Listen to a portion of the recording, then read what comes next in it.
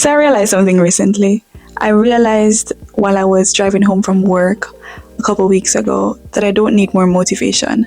I don't need another self-help book, and I definitely don't need another productivity hack.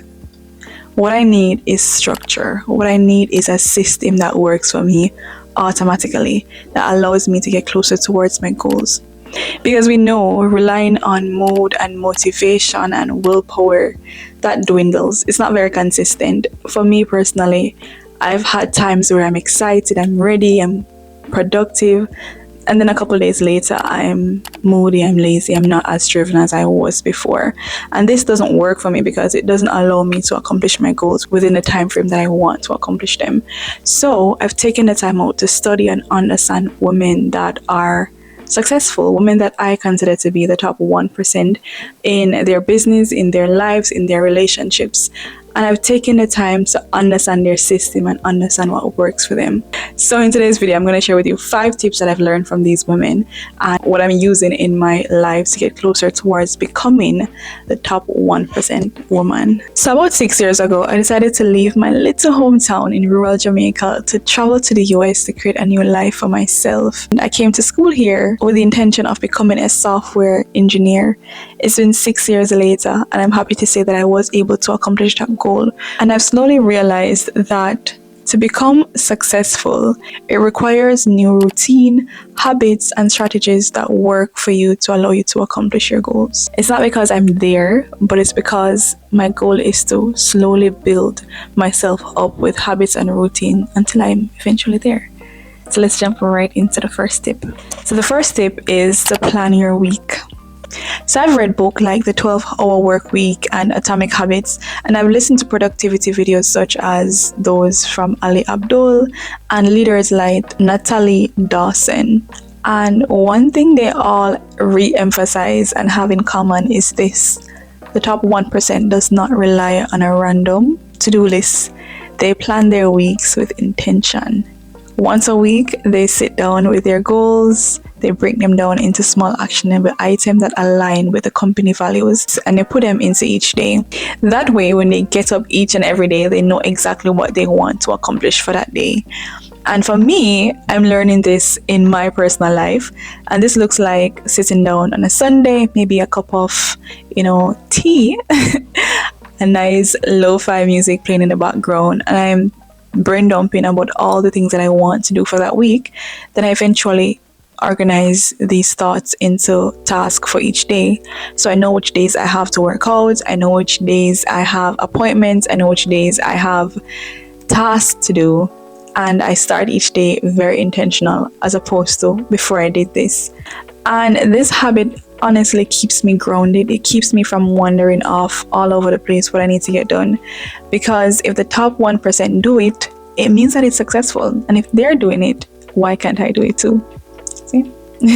Alright, so let's jump into tip number 2, which is habit stacking. Habit stacking is quite popular, so I think some of you may already know this. But for me, the first time I heard of this was through the book Atomic Habits from James Clear. And in the book, he explains that success comes from compounding new habits on top of older habits instead of starting over from scratch. That was like mind-blowing for me, honestly, when I learned that. So I've tried to implement it into my life every now and again, and this looks like listening to podcasts while driving to work, or listening to a book while in the gym working out. And these 2 habits in particular have allowed me to read a lot more books than I have in years, as well as allow me to learn more and grow more to become that person that I eventually want to be, which is the top 1%.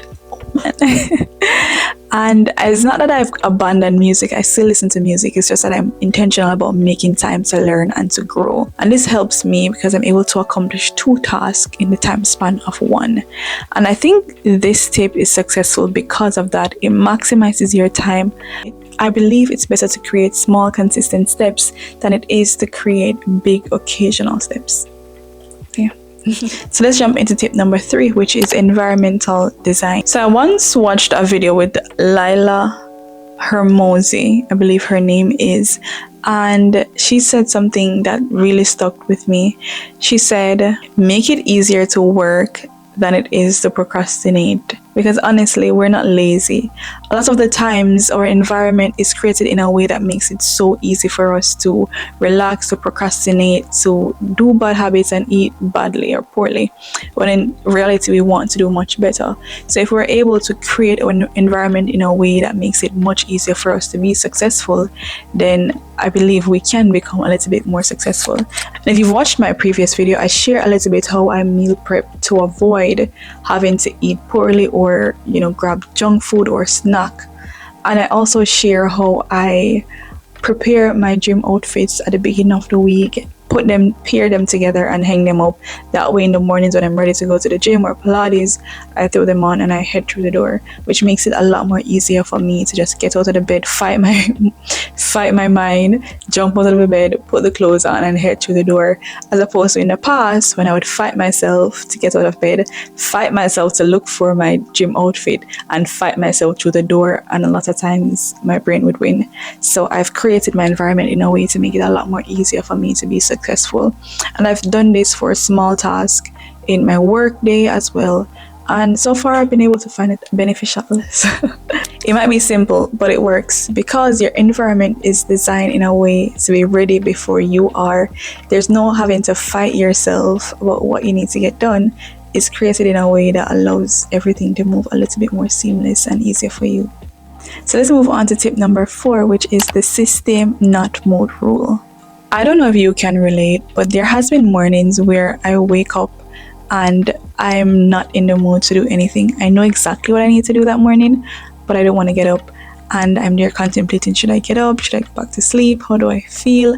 And my brain would answer me and tell me, no, do this tomorrow, do this next week, do this later. And the temptation to stay in bed is so enticing, right? But I've learned now to not ask myself to just get up out of the bed and just do what I have to do. Because if I allow my brain and my mood to dictate, I will stay in bed and not be productive. But if I get up, attack my plan, the plan which I had when I planned the week, number 1, then it would be much easier to go ahead and execute.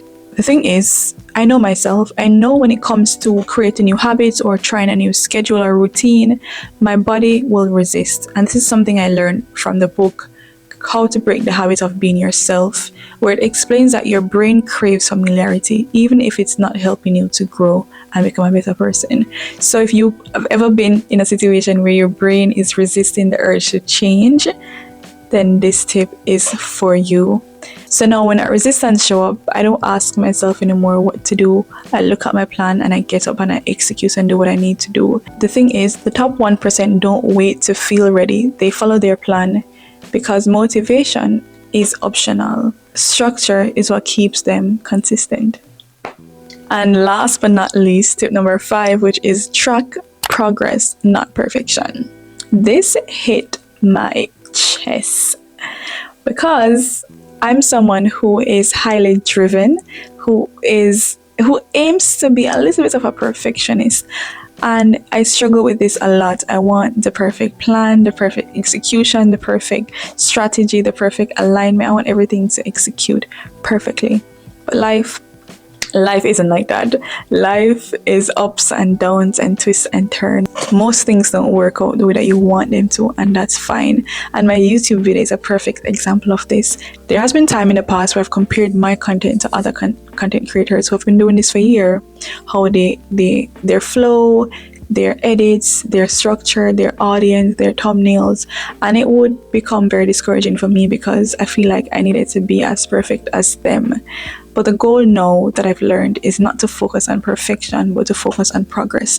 So instead of comparing myself to other creators, I compare myself to myself. If I'm able to make small progress, if I'm able to post consistently, if I'm able to make small enhancements each week to my video, then I know over time it will become quote unquote perfect, or it will become better as time progresses. So this one resonates with me so much. And even in my fitness journey as well, there has been times where I've set the goal to work out 3 times a week, and every now and again I'd go to the gym maybe twice a week, maybe once a week.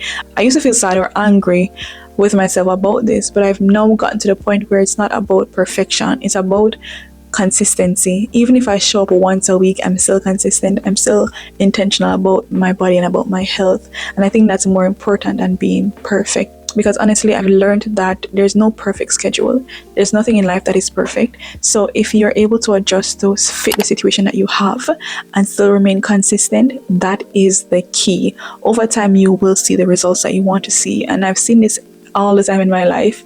My brain just, I don't know, my brain just still wants perfection. But we're getting there.